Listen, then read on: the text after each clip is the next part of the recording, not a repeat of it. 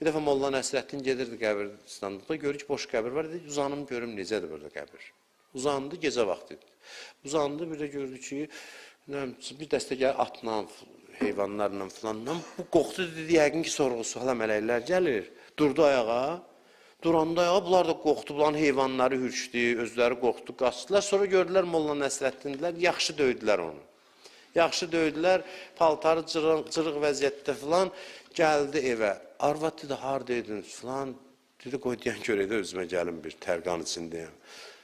Sonra dedi, haradaydın, dedi ki, qəbirdən gəlirəm. Dedi ki, yaxşı, orada nə var, nə yox qəbirdə? Dedi ki, heç kəsin heyvanını ürkütməsin, problem yox.